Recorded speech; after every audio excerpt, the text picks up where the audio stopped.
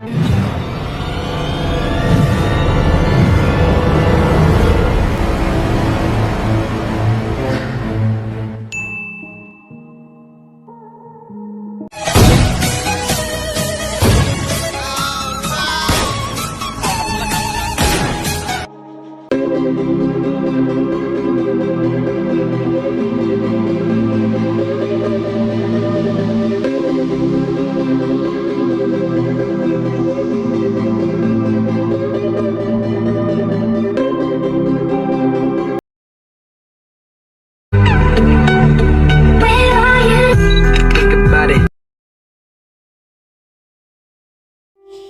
rồi chẳng có gì suốt là cứ luôn bị hù ơn cao trái da nhớ rồi sáng mộng xong nữa cũng mua cầu trao show nhớ lên từ sáng sức bao nhiêu cũng tiền mùa hào của lúc Facebook của thị lạ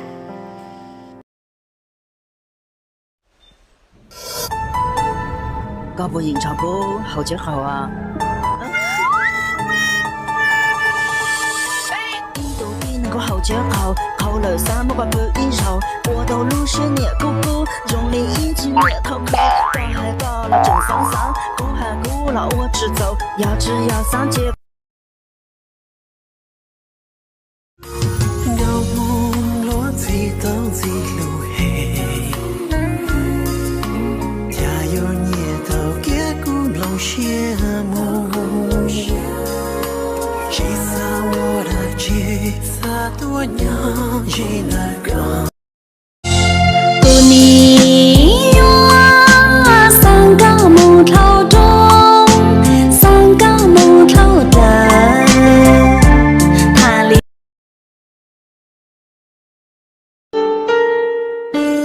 mẹ lên mẹ tu nâng chỉ xe tu cụ lưu tu cụ xa tao cha yo cho cụ xe ô lúa bò yo môn nó cụ tao bùa tại chế tô lần chơi yo chỉ muốn lo có tới chi luôn chỉ muốn lo có tới chi cùng nhỏ lo khua có xia chỉ xa po chỉ san chia cụ là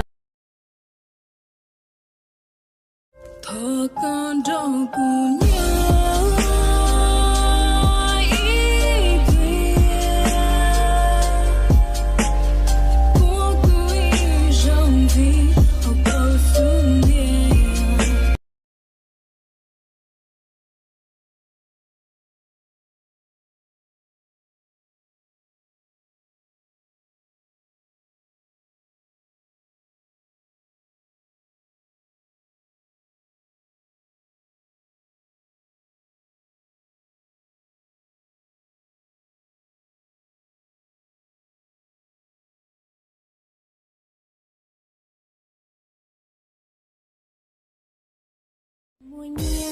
mùi nhia thiết sao rung rào rong giọt rào rong gì kia cu lú xiên trời có rong kia vì hay tia cả bao su su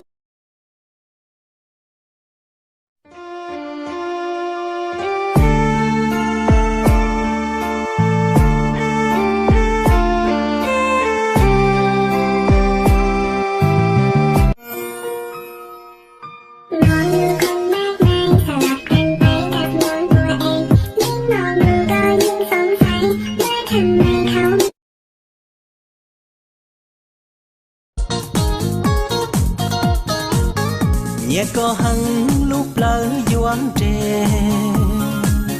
khó tua có tê tu mua chỉ cho chân mò vì chẳng chỉ tao khó ua cũng chờ có cô yên bao tia cô chỉ ya có lúa họ pia cô yên bao giờ thì mới nhưng và chỉ sống một con thứ thao có con cho tiền cô chỉ cho tôi cô giờ thì mới nấu đồ một con cho lòn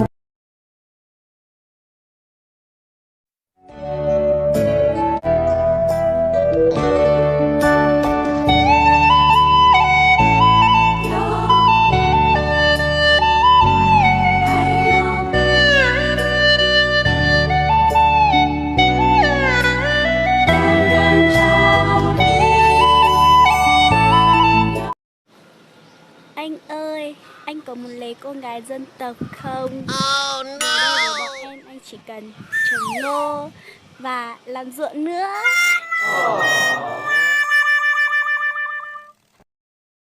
Dĩ năng trong trong chỉ tu của màn thiết đu,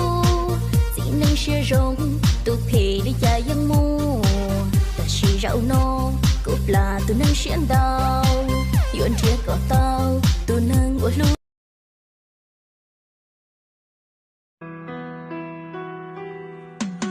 Dù lâu chỉ tàu mà dù yên khổ sĩ lũ sĩ hận chỉ rong lũ chạy lũ nhung chỉ thua chỉ sĩ thông rồi giờ mua li ở bên phía đông để xử lo yên rong lũ sĩ giờ mua y lũ sĩ hận cơ rong đâu cũ.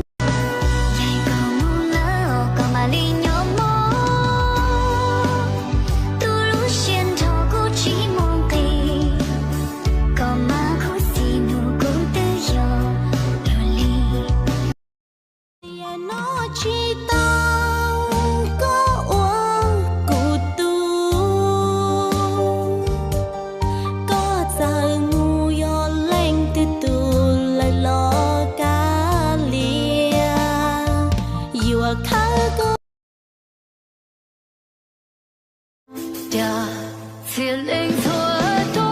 hoa, địa cũ trong cao cho niềm công chuồn, lo nhà có chỉ lũ chết hoa.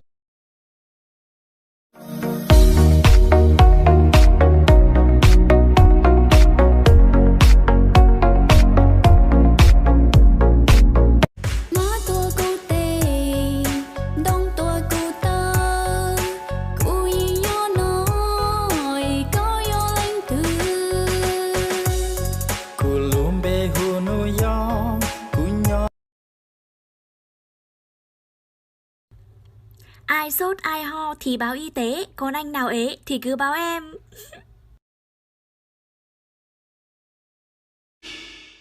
Yuan nali cha e go thia nia, yua uali cha thia trao go shia, sa go ku yo go mem lu shia sa go ku yo. Mê linh nụ tu nê xe đu, chỉ lũ là con đầu sông, mua khỏi sông yên mua khỏi phê, kể gió nhẹ của yên luận thi, lũ tuần thi chia tôi chi xanh, lũ nênh và mê trôi dù.